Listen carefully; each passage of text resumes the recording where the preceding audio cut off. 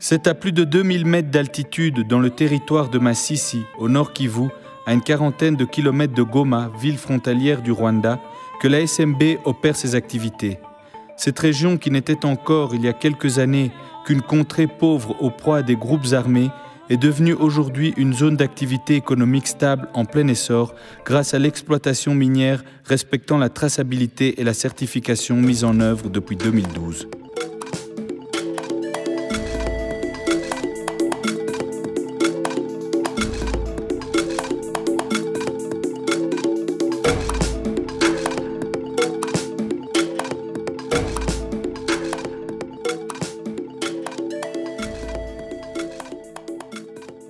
Entre 2014 et 2018, les creuseurs étaient obligés d'effectuer de longs parcours entre les sites de production de SMB et le centre de négoce situé à plus de 7 km pour pouvoir étiqueter leurs minerais et accéder au marché.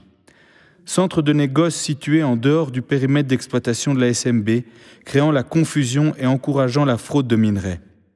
Aujourd'hui, les points d'étiquetage et les dépôts sécurisés sont situés dans chaque mine du périmètre d'exploitation de la SMB. Cela a permis de mettre fin au transport de lourds fardeaux sur de longues distances, la fuite des minerais et le respect strict de la traçabilité améliorée telle que édictée par les autorités minières et de traçabilité en RDC et en province du Nord Kivu. Depuis janvier 2019, la société SMB a vu changer l'organisme de traçabilité afin de diminuer les coûts, rendre plus efficace le processus de suivi des minerais sur son périmètre et mettre en place un cadre inclusif de mitigation des incidents tout au long de sa chaîne d'approvisionnement. C'est la société RCS Global qui est le garant de cette transparence sur le périmètre de la SMB. C'est lui qui fournit les étiquettes qui permettent de sceller les sacs de minerais et qui assure le monitoring du site en publiant des rapports réguliers à tous les acteurs de la chaîne. Nous ne sommes pas seulement un programme qui met en place la traçabilité. Nous mettons en place le devoir de diligence raisonnable, la due diligence. Et la due diligence, nous avons beaucoup de systèmes de diligence raisonnable que nous essayons de mettre en œuvre. Il y a la traçabilité avec les systèmes GeoTraceability. Nous appuyons les différents acteurs dans diverses séances de renforcement des capacités, et cela dans divers domaines.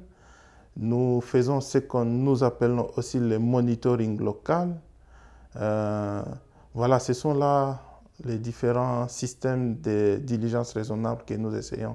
À cette gestion, RCS Global apporte une dimension technologique en équipant les agents de l'État qui étiquettent les colis d'un scanner électronique qui permet d'enregistrer directement les données dans le système afin que les minerais soient traqués par les acteurs.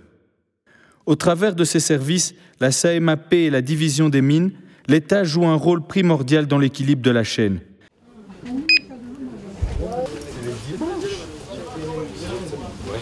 Nous recevons les creuseurs, nous demandons des cartes de creuseurs. Une fois en ordre, on passe à l'opération de pesage. Après pesage, nous faisons l'étiquetage. Après l'étiquetage, nous faisons le remplissage des documents logbook. Et puis il y a un jeton qui accompagne les creuseurs au niveau des dépôts centraux de la SMB. Sisi ya kwanza tunaitamize. Wakati tunamaliza kuitamize, tunamelange. Tukishamaliza kumelange, tunapreleve ndani ya echantillon.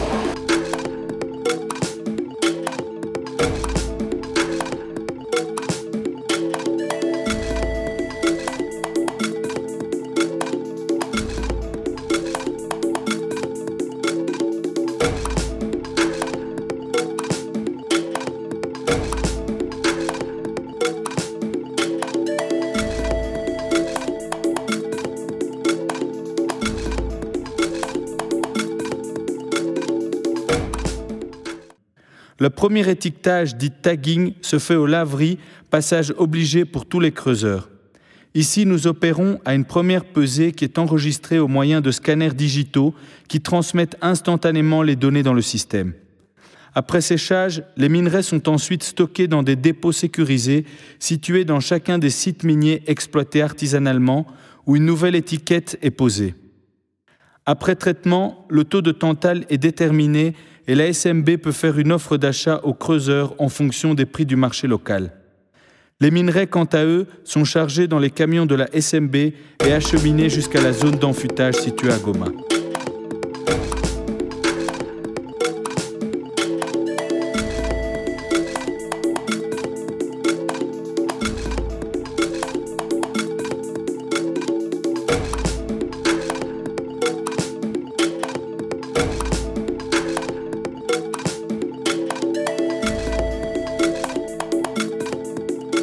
Après arriver au dépôt, les sacs sont à nouveau ouverts, toujours en présence des agents de l'État, où les minerais seront enfutés pour leur exportation.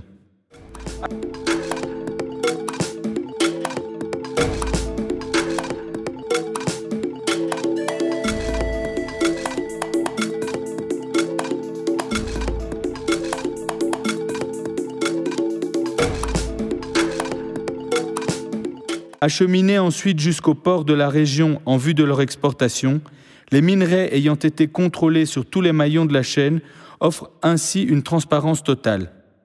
Le client constitué de fonderies et consommateurs finaux sont assurés d'acheter des minerais respectueux des exigences du devoir de diligence raisonnable, de l'extraction des puits jusqu'à l'exportation.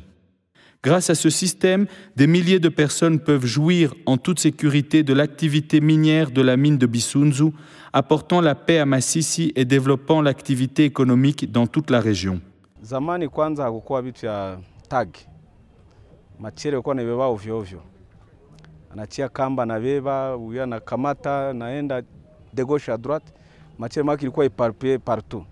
Lakini wakati traceability ilikuwa ilitufundisha jinsi ya kuanzia matiere kulavri, kubinamba, inafika kumadepo, madepo inaenda kule kumadepo ya Kabambi, kumadepo ya Kabambi inaenda kule kumavante. Des quartiers entiers ont vu le jour, permettant la création de nouvelles écoles, d'hôpitaux et nombreux commerces. En plus de l'étiquetage, la SMB et ses partenaires travaillent ardemment à la mise en œuvre du devoir de diligence. La stabilisation pour la sécurité au travail, la lutte contre le travail des enfants, la réhabilitation et le maintien des infrastructures, notamment les routes, et des réunions régulières pour mitiger les incidents.